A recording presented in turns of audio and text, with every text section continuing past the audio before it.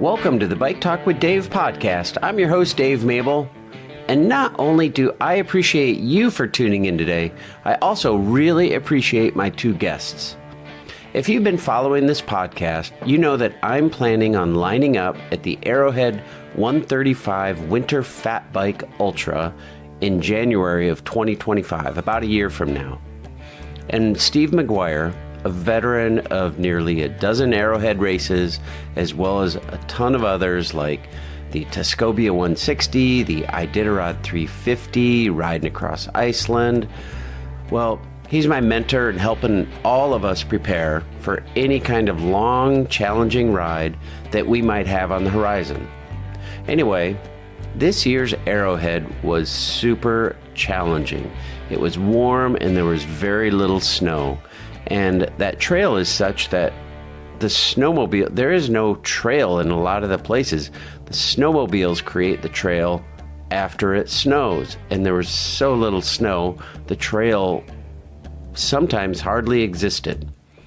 So Steve, who rides a single speed fat bike, had some real challenges making headway on the northern Minnesota Trail. Meanwhile, up front, Kate Coward, who's done Arrowhead more ways and more times than I can even keep track of, rolled across the finish line in just over 25 hours, taking victory in the women's race and finishing fourth overall. So I thought it would be kind of fun to have them both on and just let them download their very different experiences at this year's race. And we could all learn from what they found this year. They both agreed and we arranged a call literally the day after the race, and what a treat. So after I spent some time getting to know Kate, the two of them got into their Arrowhead and I just shut up and listened. And what we're left with is something I like to call Bering Sea Gold. I hope you enjoy. This is Kate Coward and Steve McGuire. Gosh, this is a real treat. It's Thursday and Arrowhead officially finished about 24 hours ago. And I am sitting here with Kate Coward, the women's winner on fat bike. And I can't even believe anybody finished. And Steve McGuire, my mentor in the fat bike world. Can I let the scratch out of the bag, Steve? Oh, yeah. About Steve's dot did not make it all the way to the finish line. Yeah. And so I know you both have great stories and are going to help me in my quest to cross that finish line 364 days from now. Maybe 363 if I'm fast. You're going to do it. So Kate Coward, Steve McGuire, welcome to Bike Talk with Dave. I'm super excited to have you guys on. I'm really excited for this. Well, you dove in pretty quickly, so I appreciate that. But the way we're going to work, Kate, we're going to talk with you a little bit. People know Steve; he's had freaking podcast after podcast. But you, I'm meeting for the first time. Actually, I'm not meeting for the first time. I don't know if we met, but we did cross paths at Arrowhead in Mel George's in 2020, and you came barreling in, and I think I was loading up a van load to take back to International Falls of people who were scratching, but we crossed paths for about 3 minutes in Mel George's 4 years ago. Yeah, 4 years ago exactly. So. Time flies. So I don't know you, Kate. You are a BA, freaking not just a winter fat bike ultra BA, but gravel BA too. And you got a bit of a late start in doing that kind of stuff. Where'd you come from? What was your introduction to the world of bicycles and going really long ways on bicycles? Oh, it actually, I think it started with running. I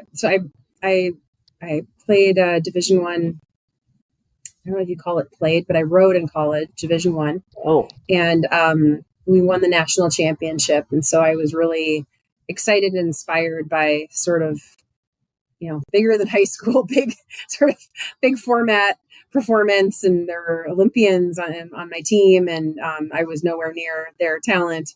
But after college, I was always exercising, and I enjoyed sports and moving my body. But I had a bucket list, and it was run a marathon before I die. That was like the most incredible sort of athletic goal on there. And I had a couple of friends who had run a marathon. And I was like 22, 23 at the time. And I thought, you ran a marathon? Wait. Okay, well, I better get going on this. And then I thought, like, they said, well, Oprah ran a marathon. So if Oprah ran a marathon, I can run a marathon. I said, well, if Oprah ran a marathon and you ran a marathon, I'm going to sign up for a marathon. So I signed up for my first marathon. And then that turned into, wouldn't it be cool if I ran a marathon in every continent? Because I was living in Tokyo shortly after I had run my first 2 marathons, and was really close to qualifying for Boston. So I flew down to Australia, ran a marathon there, qualified for Boston. And then I went online and found out that there's this whole club that is the 7 Continents Club that has done these things. So I ended up doing all that, finished with Antarctica, and still thought running any further than a marathon was crazy. Like, who would ever do anything like that? It is. And then when I moved back to Minnesota in my 30s, I had some friends who were into the Ironman and triathlon, mostly Ironman distance, but the triathlon community. And I was very intimidated, it's scary. There's a lot of equipment, and it looks like something you really have to be on your game and actually train for all these different sports and travel and all the things. But I thought, I really want to do an Ironman because I want to be in on this club. And so I signed up for an Ironman, did that. I did that for many years, I think 7 or 8 of them. And then, and somewhere in the late, I don't even remember my first Arrowhead. That was probably like either 2015 or 2016. I knew Steve Tannen, and he said he was doing this thing called Arrowhead, and he told me about it. And I was like, what? That sounds crazy, but also you're doing it. Like, I want to do that. And then I also was friends with Steve Ure. I don't know if Steve, Steve Ure, but he used to be, he came to Arrowhead a few years, right. And was one of the top 5 male cyclists. And I had met him years before at him and his wife at a wedding. And so I had heard that he had done it too. And I called him up and I said, hey, could you get me into this race? I mean, so stupid, right? And this was like, I don't remember if Ken, I could probably dig up the emails, but I think I emailed Ken and said, is there a chance I could get in? And this is like the fall before my first Arrowhead. I didn't have a fat bike. And then I asked Steve, like, hey, could you put in a good word for me? And so Steve emailed, and Ken wrote back and he said, yep, sorry, maybe next year. And then I got an email in December from Ken saying, assuming you qualify, if you still are interested, there could be a spot for you. And that was back when we had to do the handwritten applications, right? Oh, nice. You had to write your, I will be a great citizen of the community and everything, and like why I deserve to be in. So I sort of gave him my credentials, which looking back on it, probably were not great credentials. But so I got in, and then it was like, oh shit, I need to go get a bike. So I went to Freewheel, bought a bike. It was not meant for touring. It was a Trek Farley. There were no, what do we call them? I'm just losing like my bosses to screw on. Yeah, no bolts or anything for anything to go on there.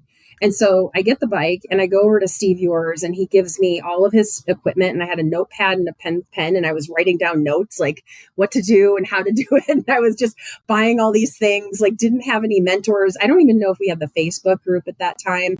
And so I got on snow, and then I promised I'd do Tuscobia 80, did the Tuscobia 80. Took me forever. I didn't know about tire pressure. I kept flying off the bike into the snow, very frustrated that all these people were passing me. And so showed up at Arrowhead, terrified absolutely terrified. I had the warmest things that I thought we could think of, but it was a warm year. It was Oh no. maybe even warmer than this year. I don't know. It was, 16-ish where I finished in 36 hours. It was a long, I just, so I showed up completely overdressed out of just utter fear. And then I finished, and I thought this was the most incredible, crazy thing I have ever done. And it was not even hot. And I didn't have enough food or water between checkpoints because I didn't know how long it was going to take, was totally underprepared. I was feeling very sick. Finished in 36 hours, lifted my bike over my shoulders, and I was very proud of myself. And then showed up the next year, and then came back, and then ended up doing, I've done it all three ways. I've done it forwards, backwards, twice, done it outside of the race. I mean, all kinds of, that's now I've gotten kind of off track. I even forgot what you asked me, but that's my introduction to Arrowhead. That's fair. And you know what? That's like every one of those conversations could be an entire conversation. Right. What, you were national champion rowing? I'm going back to rowing. What'd you row? What was your, what'd you row? Where was your seat and what event? I was engine room. So 6 seat, usually 5, 6. In an 8? In an 8, usually an 8. Sometimes I was in a 4, usually an 8. And I rode both sides. We call them bisexual. So I was both a starboard and a port. Nice. And, I had not great technique. It was just be quiet, sit there, and let everyone else do the technical things. But you're strong. So you're let your legs do the work, right? So what school was this? What school was this? I went to Brown University in Rhode Island. Oh, okay. Yeah. Oh, that's cool. That's awesome. So national champion there. And then what? Yeah. You ran a marathon on all 7 continents. There are not a lot of people that I have ever met that have done that. So that's pretty dang cool as well. What was Antarctica like? Oh, Antarctica was incredible. It's really surreal. And I lined it up last because I just felt like there was something kind of spiritual about having that be the last continent. And I was traveling around for work. I was either living overseas or had jobs where I had to travel a bunch. So I was very fortunate because I was able to reduce a bunch of costs by incorporating travel, whether it was for leisure or running, into my work travel. But Antarctica was really crazy, actually, that year. So you get on a wait list and you could be on it for years, and you have to pay cash. And I was very young and I did not have the cash. So I was like, every little dollar that came in, I was going into that fund, and I was making sure I was making the payments. And so you go on this waiting list, and historically, this has been run on the peninsula. So it's not near the South Pole. It's not as cold in this area. And they have commissioned this, I think it's like an old Russian research or science ship. So it's very bare bones, cold, barren, because it's a very affordable, basically the most affordable way to go to Antarctica is to than rowing there yourself. Right, exactly. And the year that I ended up getting in because another woman I had met on when we ran the Great Wall had gotten in. And so since I could be her roommate, I moved up the wait list. And so earlier that year, this was in February or March when the race was. But earlier in that summer, we got this email that said, the ship is wrecked. It's shipwrecked. There's no ship. We'll let you know what happens. And I thought, no. And so then a few months later, we got another email that said they found a ship. We're trying to find a crew. I don't remember all the details, but it was something like that. So game on. And we went down to Buenos Aires, spent a couple days there, flew down to Ushuaia, or the Tierra del Fuego, which is basically the tip of Antarctica.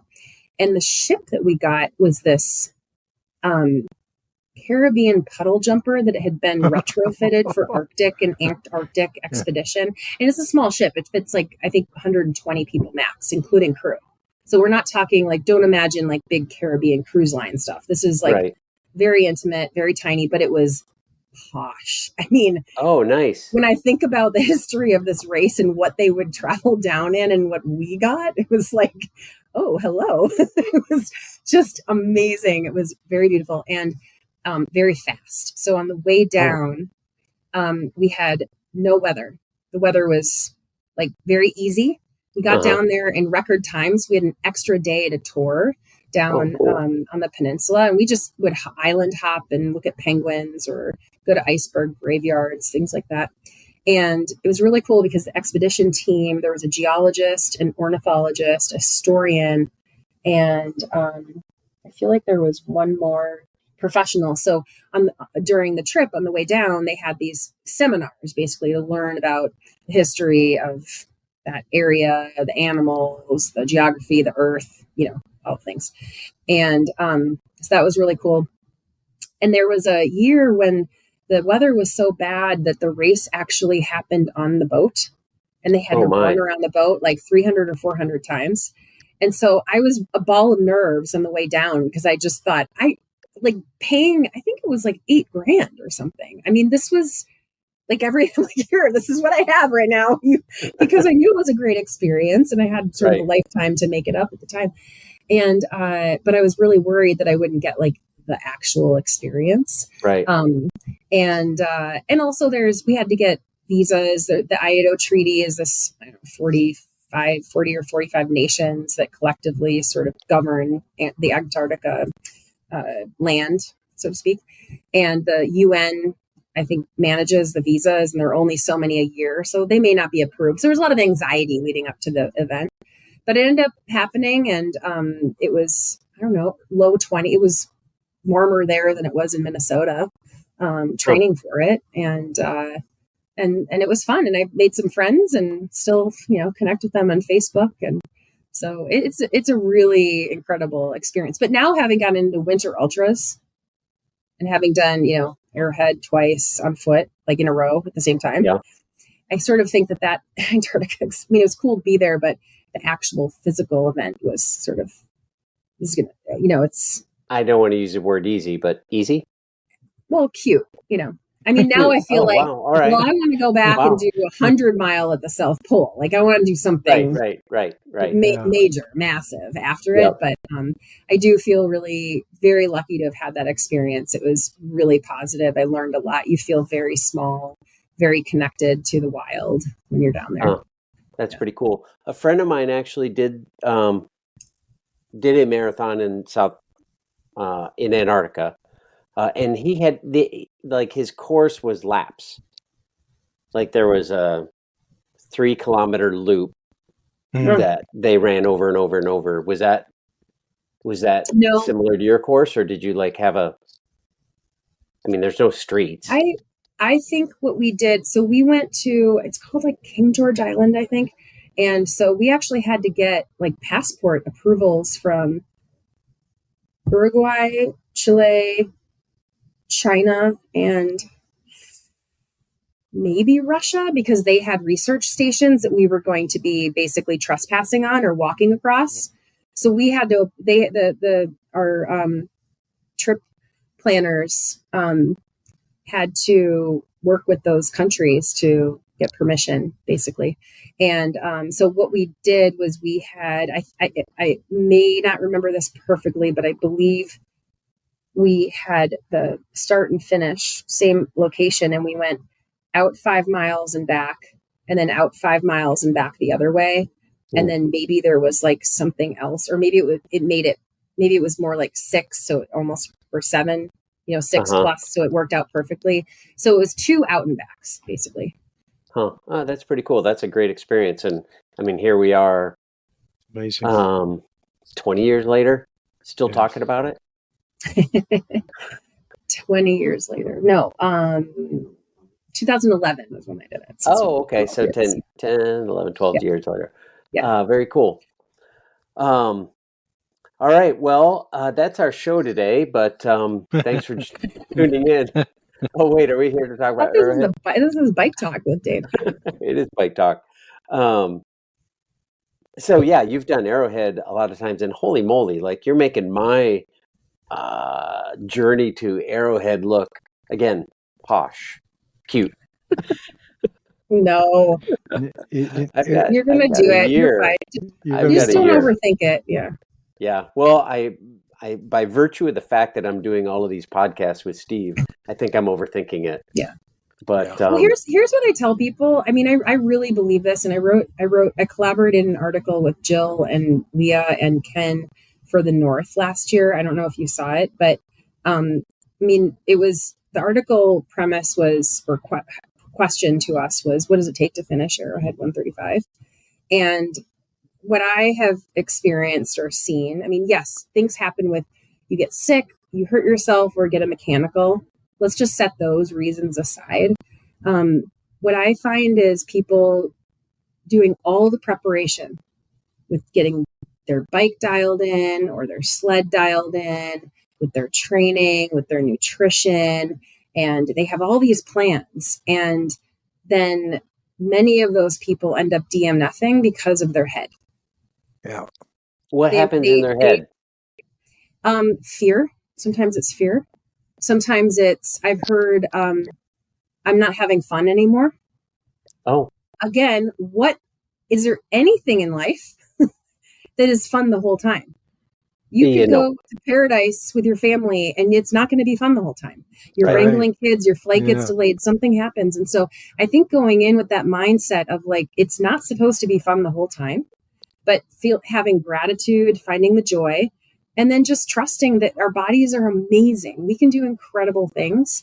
And if you're a little bit cold, that's not necessarily a threat, right? If you move, you get warm.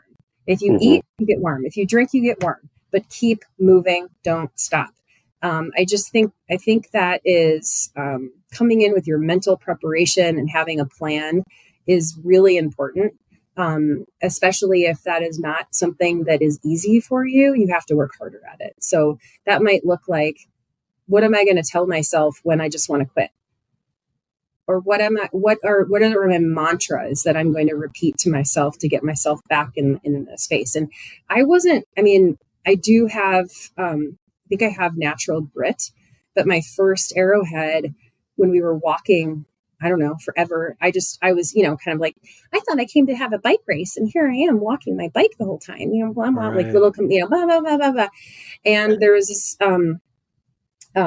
gentleman, Dallas from Winnipeg, who he was like, he gave me the absolute best advice. And he is with me all the time, every minute, never forget it.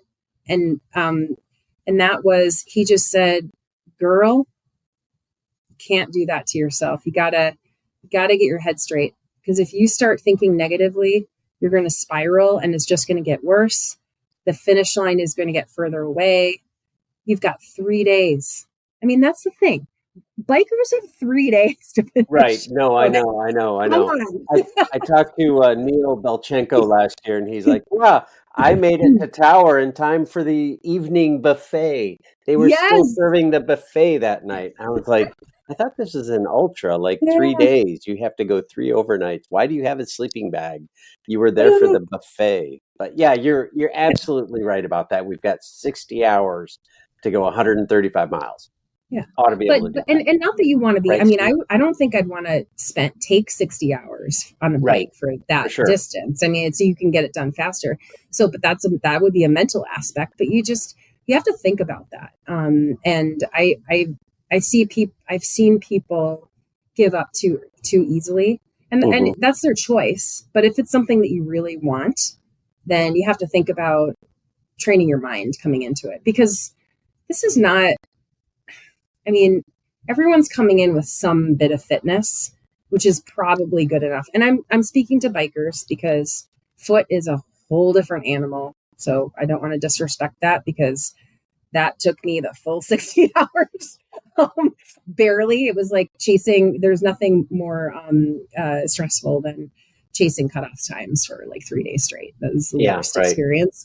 I didn't like that. So huge respect for the foot division, because it just takes so much more preparation. And there's something else about that that experience. It's very different. But for biking, you have the luxury of a little bit more time. And so if you don't have your headspace right, and you're actually looking for reasons not to finish, then the question is, why are you there? Yep. What made you want to come here? And so whatever that reason is, think about it, and then think about if you're going to return, because there are a lot of people who really come in intending to do anything possible to finish, and they would love your spot. Right. It's really, I hate seeing that when people give up so easily. And then I think, gosh, there's probably 100 other people who would have loved to have had that spot and would have fought twice a little bit longer. So, yep. I don't want to, I don't want to disrespect people who have chosen to quit. I mean, we have our low moments, but if you choose to return, just think about that. Think about why you're going, what your plan is, and what your goals are. And then think about the other people who also want to be there and do the race. Yeah. So this will be a great segue to Steve McGuire. Yeah. So this is What happened? Did I just offend you, Steve? What happened to you? No. This is actually really, really, really, really perfect for not only me, but for I think everybody. And at the end of the day, the reason why I stopped is I just had it just over the. Now, first, did you have to push ever? Oh, yeah. So did you push right after we turned the 9 mile? It just turned to shit. Yeah, there was a bit of walking. Yeah, that was very frustrating. And so early on, being on single speed. You were on single speed? Yeah, and so I always ride single speed, and so I was not geared good. Mm-hmm. And every time I try to restart, I have to get enough momentum. I was just fall over. And Judd and I were doing that forever. And I kept thinking, you're thinking again. Just forget about it and just enjoy being out here. And then I watched the time dwindle down. And then I just said, just like you said, it was easy enough for me to say, I'm done. And, the other thing that I'm about 5 years older than Dave at 65. And sometimes I think it's both easier to keep on going, and sometimes you can use your age as an excuse. Physically, I was in really fine shape, just no issues. But mentally, I kept thinking, this is just never going to end. We're not going to make the cutoff time. And, lesson learned, Woody finished in 40 hours, and we usually finish together or ahead. And I just had to realize the trail's going to change. This is not going to last forever. And, and then I thought, maybe I use gears. And then I thought, well, I always like just having single speed so that I don't have a choice. And I spin, and if I do a long event, like, when I would do DK, it would be, I'd literally put myself at the very end because I was on my fat bike single speed. And then, gradually through the day, but after mile 150, a lot of people have dropped out. I'm way up, way past where I would have thought I would have been. But, it's because of single speed. So, absolutely, the part is it's hard to admit that you made that choice. And, but in order to return, you gotta do that. And, I just finished Escobia, and that was so great. And I always have a hard time doing both at the same year, or doing all three the same year. But so my question is,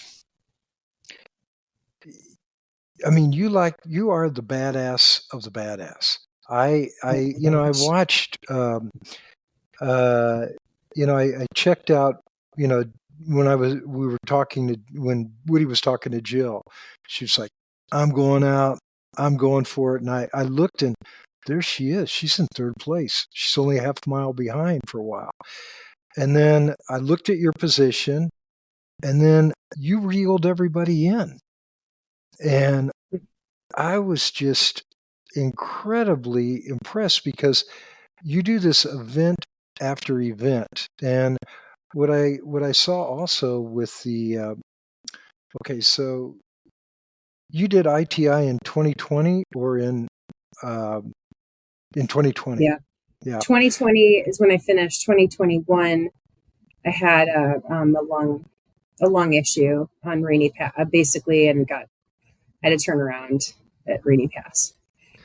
So, I did, Jed and I did it together, the 350 in 19, and that was a great event.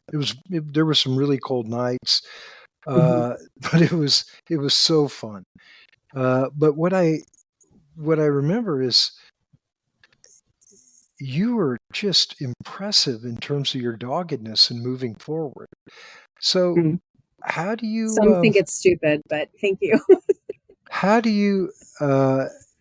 how did you maintain this pace the whole time through this race? You're sweating, obviously. Yeah. How do you maintain not getting cold and sweating so much? Are we talking Iditarod or Arrowhead? Arrowhead, yeah. I mean, it was warm this year. It did get cold in the night when it was raining or sleeting. Or, that weather. There was a little weather pattern that came through, and I felt pretty chilled. Put on a dry base layer and hat, but I don't know. I only have one speed. I just go, and I know now that I can maintain that speed or even get faster. Because I don't know. I have to go to a therapist or something to unpack this a lot. But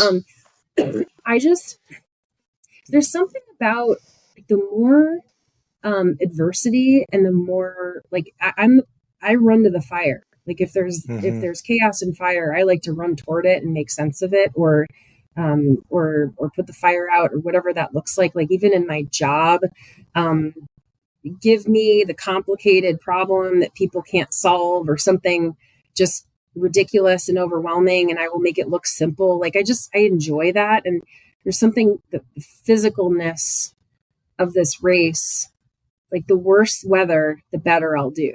So like last year was really cold, but we know how to manage that cold. We've had it a few times on Arrowhead. We've done it up in Alaska. And so this time, I just have this max, and I can just push it, and I just keep doing it. And I probably have like a sort of maybe too high of a pain tolerance, and I really can get myself into trouble, because when I finished, I couldn't even like see straight or talk or anything. I mean, I really leave it all out there, but that for me, that's the commitment. Like I can't leave if like I have anxiety about leaving a race having not done absolutely everything to do my best. So I need to push myself to my limit in order to feel like I came and I showed up and I did what I had to do, because otherwise I might feel like, well, I didn't give it my all, or I could have this, or I could have that, or I would have this or would have that. And I just don't want any of that to be available. I want to just know that I did my absolute best. And so, for me, it's usually my all involves not thinking, moving forward without stopping, and finishing. Depending on the year and the course conditions, it'll be faster or slower. I think my fastest Arrowhead was 27 hours. Usually, you probably agree, the colder the better. Absolutely. The trail is usually more likely to be good. It actually seems easier to regulate your temperature when it's really cold. You know what Yeah, the I agree. boundaries are. I like that. As I get older, I like the challenge of always being out there in wilderness and kind of pushing yourself.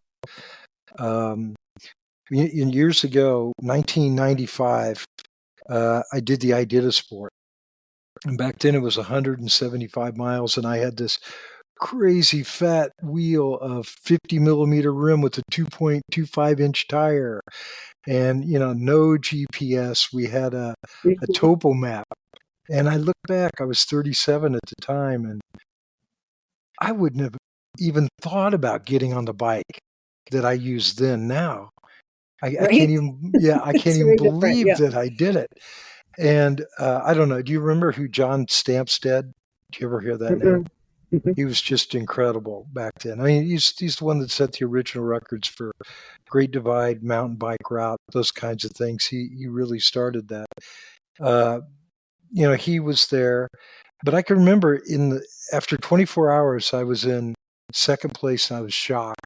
It had taken me so much research through interlibrary alone just to get on the trail, and then I was afraid after that I was doing something wrong, that I shouldn't do this. And so I kept trying to sleep for 8 hours before I finally gave up. And, it took a couple of years to figure out you don't sleep. There's just no way you can sleep until your body just gives in and goes to sleep. I mean, first Arrowhead, that was a mistake. It was really cold in 2014. I didn't know what to expect. I kept thinking, okay, I'll lay down at the checkpoint and try to sleep a little bit. And that was impossible. And I just didn't know. I didn't have a plan for what I was going to do after. What I observe with you or with people that are really fast, but I guess this is true for everybody. Once you know how to finish it, you know how to finish it. And it's really a matter of being able to execute that the next time, because there's always going to be something that's completely out of the blue and unexpected. But, you're going fast. There were only like a couple of men in front of you. It was But I mean, I don't know. Like so I didn't stop. Right. And they enjoyed the checkpoints because I was unsupported. So I rode through Gateway, just waved, and then I got to Mel George's, and I mean, I kept having a flat in my rear wheel. So what PSI were you running? I don't know. I don't either. I do it by feel. One wrinkle feel. I have no idea. But I had it pumped up pretty high at the beginning because that first 8 miles on the Blue Ox was pretty slick. It was pretty quick. Yeah. And then I let it out. I kept letting it out. And I don't believe on those rims, I have run very low. I did not use them in Alaska. In Alaska, I was running with like 2 or 3 wrinkles in there, but I had different rims. These are a little bit wider. They're not quite as wide as the heads, but pretty close. And I think they didn't like that lower PSI that I was running. And so they had maybe like a side rim leak because there was sealant everywhere. Because at one point I was trucking along and I'm like, why does this feel so hard? It just felt like it was like I was getting sucked in, and I had studs in. So I thought, well, maybe it's the studs because it's only my second time using studs. I've never used them in Minnesota before, but I put them on not because we had heard reports about the conditions. Right. I was expecting potential very slick ice in certain places. And then these people just like blew by me from, I'm like, what's that slow? I looked down and I had a flat. And then of course I was very concerned because I didn't have anything really to repair it. Don't take my advice on anything, by the way. And so I pumped it up and it held a little bit, then went low again, pumped. So it was like every 20 minutes or so, I was pumping it up. And I don't know how long I did this for. Finally, I noticed on one of the pumps, then I noticed that it was sort of holding. So I decided to pump it really high because then that section, there was some really nice rideable areas. And so I pumped it up and it ended up holding. So sometime, I don't know, closer to Mel George's. Excuse me. Hi, how are you? I ran a little bit of a narrower rim than I usually do because I was going to I did lower my PSI. I was afraid I was going to burp out all the air. Yeah. And and then I thought, oh my gosh, I am really far from being able to hike a bike anyway. It'd be a long way to go. So it worked out for me, but now I even forgot what question we were on. I'm still a brain fog. I can't even. What was the question? Well, the question was how you just keep on going so fast. Oh, yeah. And maintain that speed. Oh yeah. I don't know. I mean, I think I just have one speed. I can't go super fast. And I can hold like a faster pace for a long period of time. And then not going into the checkpoint. Like I don't usually stay long anyway. If I do, it's because I need to get dry or warm. But that's it. I don't like to sit around and spend my time that way. And so I was able to claw back a bit of time. I mean, I would say like I probably until like mile 90-ish, I was not all out. Usually I would be all out going as hard as I can, but I was holding back just a little bit, knowing that I had 5 liters of water and like 2,000 to 3,000 calories.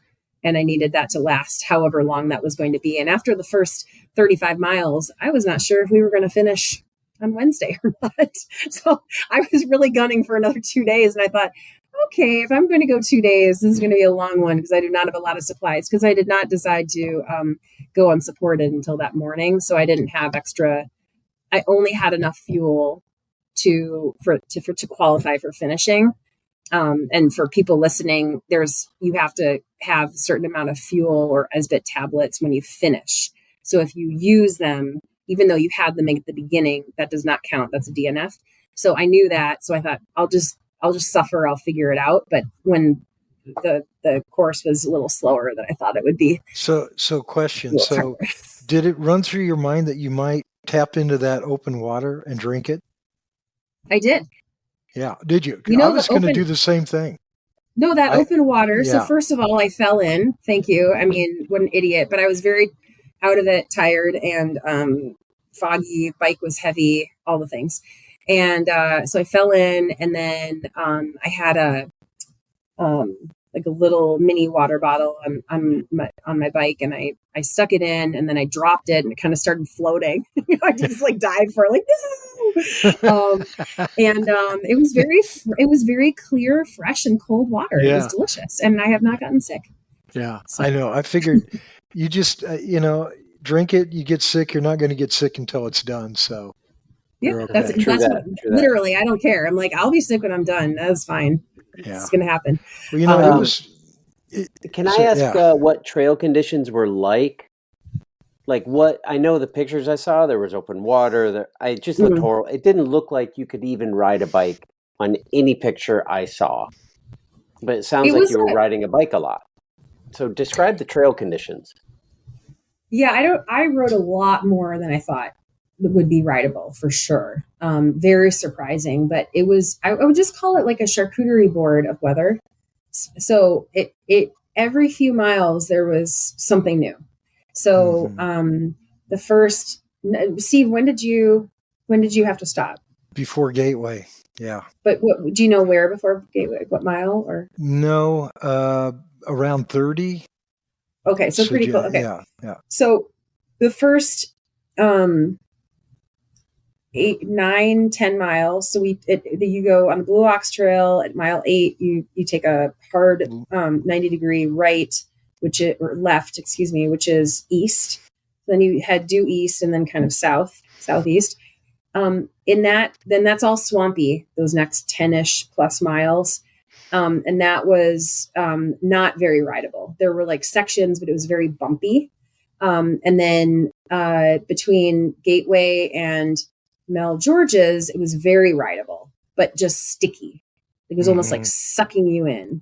And there was a lot of dogwood and all those weeds just sticking out of the trail. And so we were getting, it was weed whacking, but it was the bush or the weeds whacking you.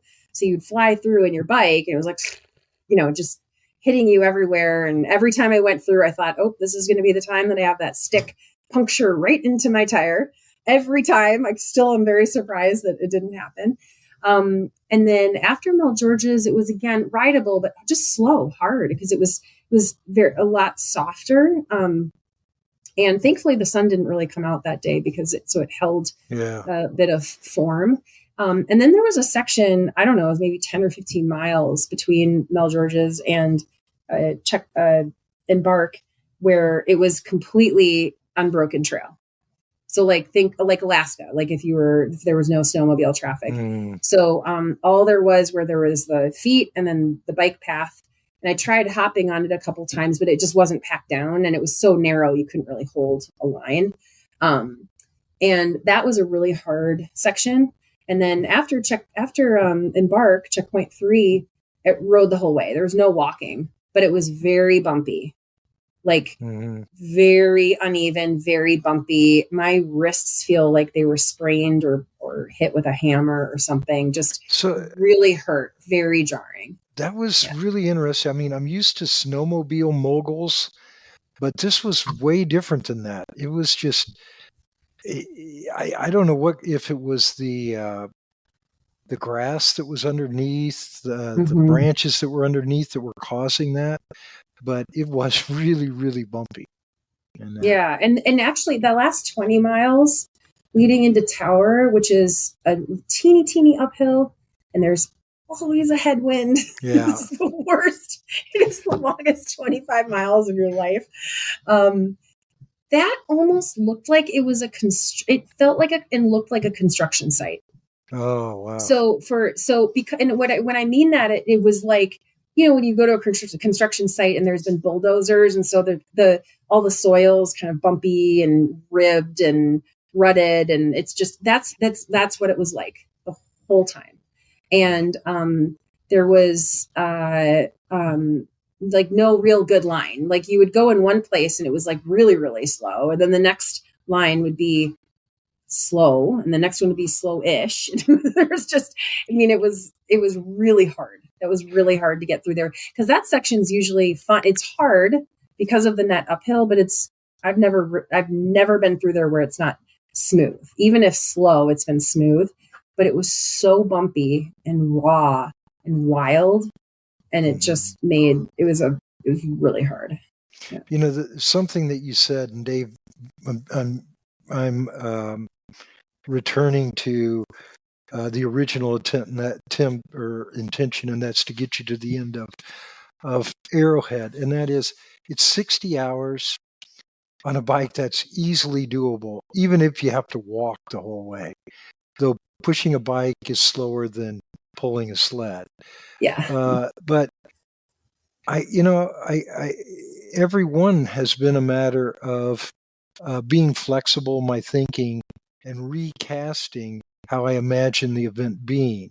Because when I go in with I know in the past, when I've gone in with high expectations for how the trail is going to be, if I'm not flexible, it becomes a real challenge. And I actually thought that this year I had built in all the flexibility.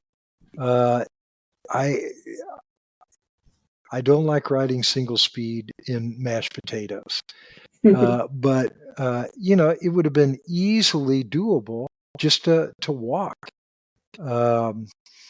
So I think the idea is next year we've got 60 hours, and the other thing that I've embraced over the past few years is I carry the sleeping bag for a reason.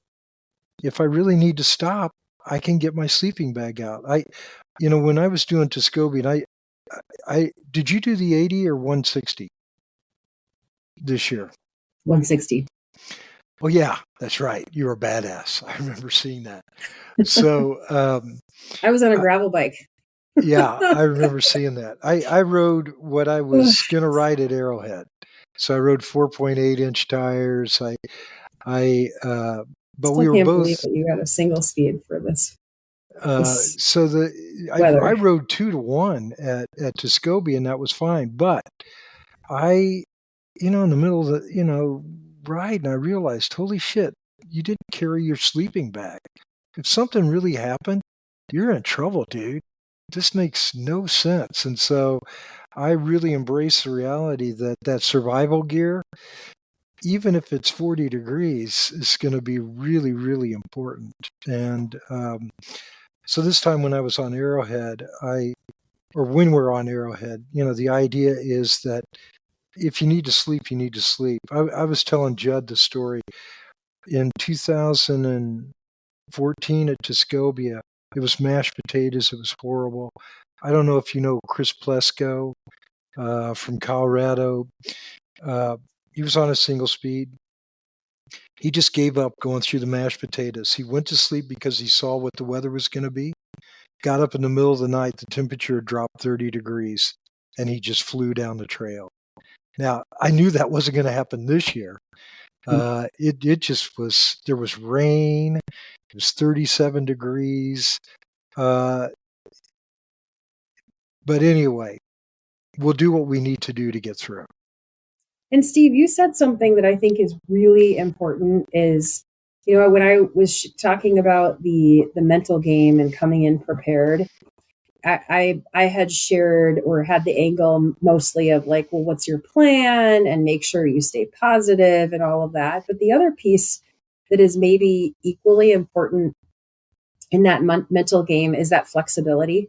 So being able to be agile and just surrendering to every mile, because if you come in and you have certain expectations, you are going to be very disappointed, because whatever you're thinking is going to happen is not going to happen. You can have a plan to have a plan for anything, fine.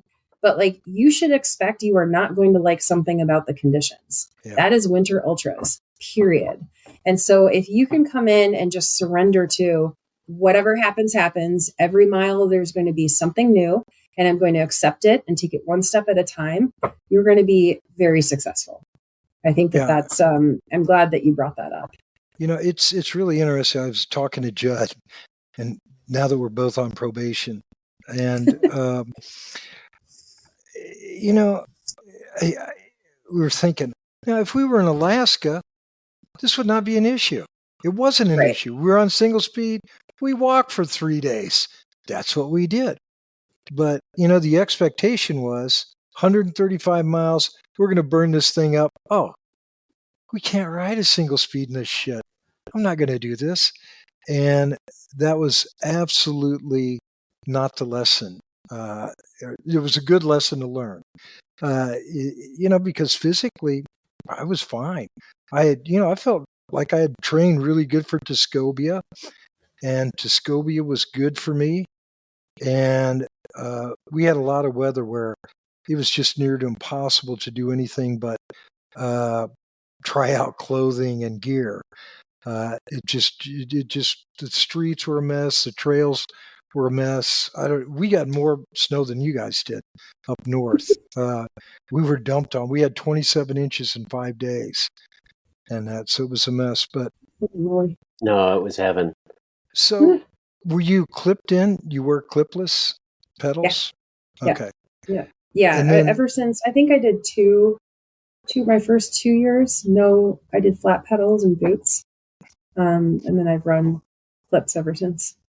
So when you're out there and you're riding, when you're out in front, I can't help but think that that you're really close to achieving something. And how do you navigate what's in your head when you're out in front like that? Well, I mean, the first half, I wasn't. Emily and Jill were ahead of me, and I don't. I set a really bad example because I don't prepare or like think through the details of the race well enough. But I didn't know that unsupported was not like a separate category. Like you're still competing against all the same people. So in my head, I was like, oh, I'm like one of the only unsupported women. So I'll just, and I was up there thinking like, oh, they can go ahead. I'm not racing you. I don't know. And then, Jill and I were chatting, and she went off the front so hard right away. And I'm like, oh, if she's gone, good for her. That's amazing. And then we kind of were we actually met up with each other at some point, and we're with each other for quite a bit. And that was our first time really riding together. And by the way, about Alaska, we were like, this would be nothing in Alaska. This would actually be an amazing rideable race in Alaska. You just so I think we were both pretty chill about it. And she had just spent the last 3 years trying to do it unsupported and finally finished unsupported. And so this year she just said, I want to have all the warm grilled cheeses that exist on this trail, which is great. I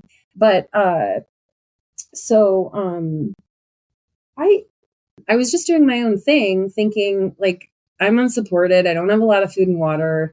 At the beginning of the race, I thought, well, I'm not going to finish until Wednesday. So this is going to be a really big challenge. And then after Gateway, when we could actually ride again, I thought, okay, maybe Tuesday. Maybe Tuesday is a good time to finish. And then Gateway, when I left when I left Mel George's, I think I knew. No, I think there were a few people ahead of me, but I think I knew I was kind of making my way up. And then when it was the hike-a-bike, nobody can gain anything in the hike-a-bike section. Right. You're just all going the same speed, basically. And then at some point, Emily came by me, and I wasn't sure if Jill was ahead of me or behind me either.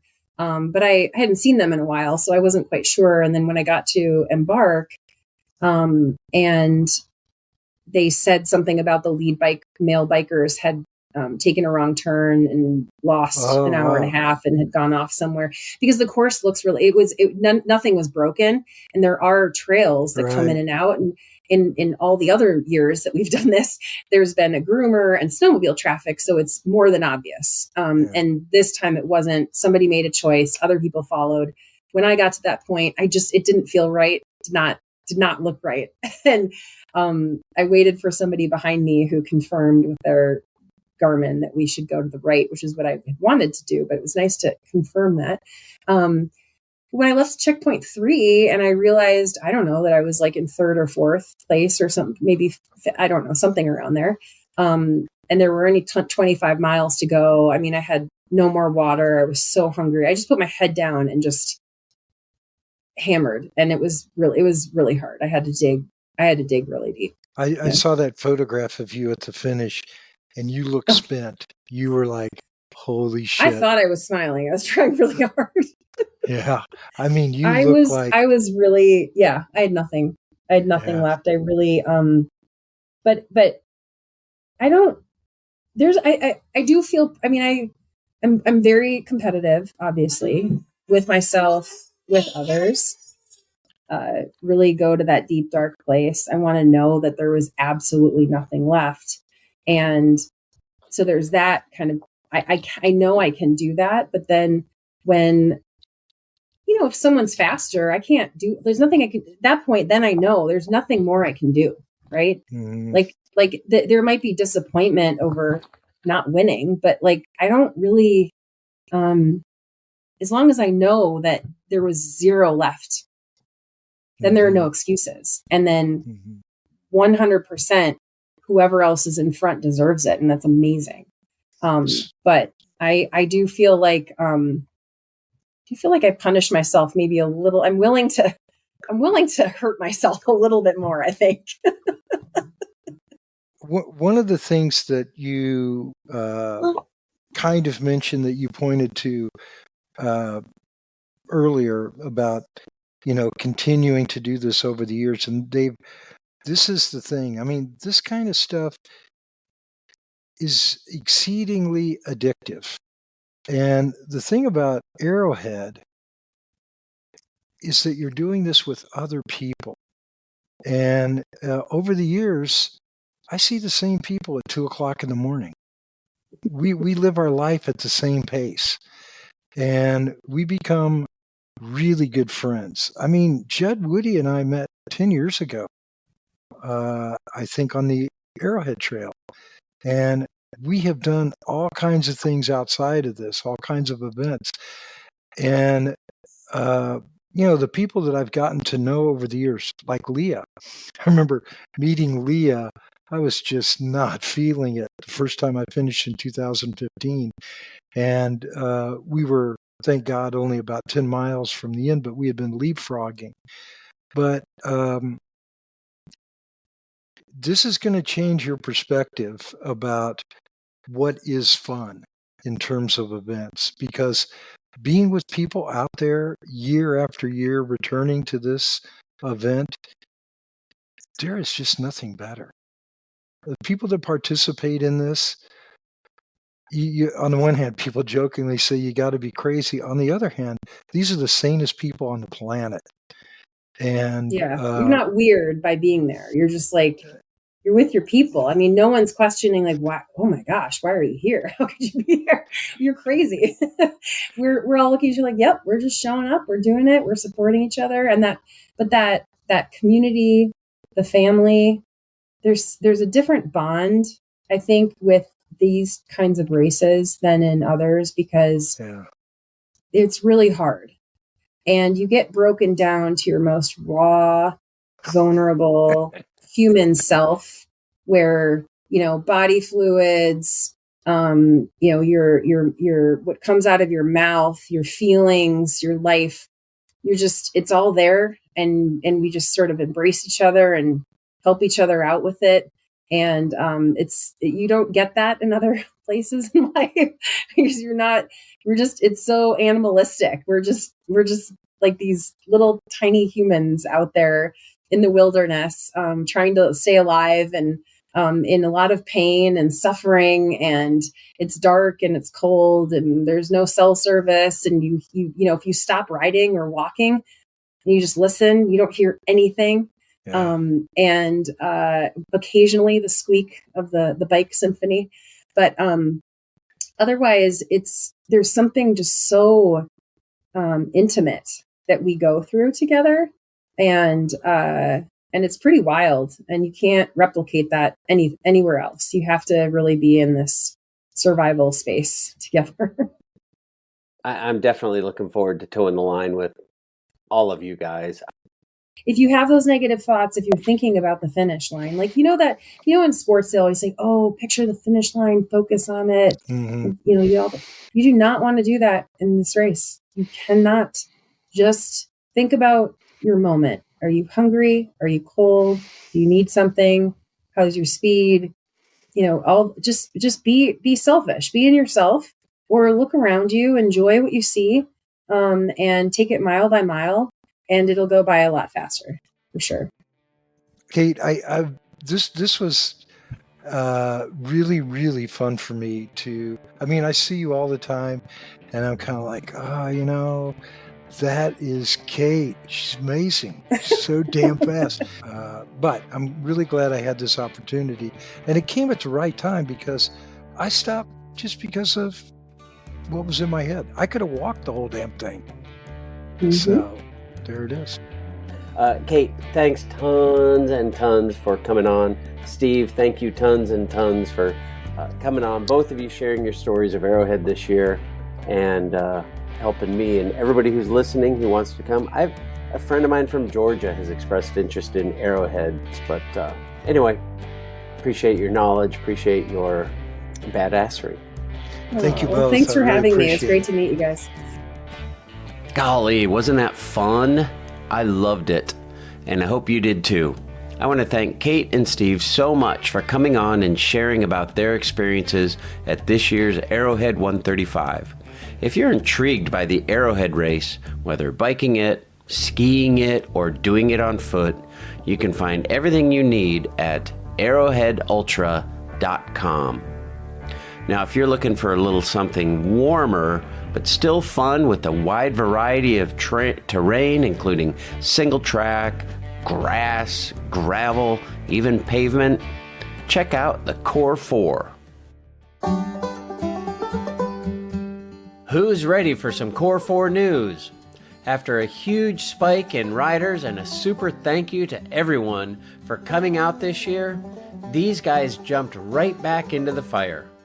It's no surface untouched again for 2024 because Core 424 has a sweet sound to it, no doubt. New routes, new distances, and a new you. That's right, y'all, they are mixing it up with more surprises and delights. New for 24 is the Core 40 distance. Just a bump up from the 20 mile and still has all the farmscapes and B roads and champagne gravel you'd expect from the folks at Core 4, just without the single track. They're telling us 60 is the new 50, miles that is.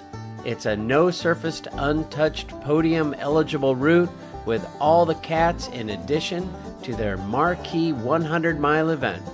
It's the perfect blend of competition and community. We want Core 4 to be on your event calendar for 2024. Jump on Bike Reg today, snag your spot before this event reaches its cap.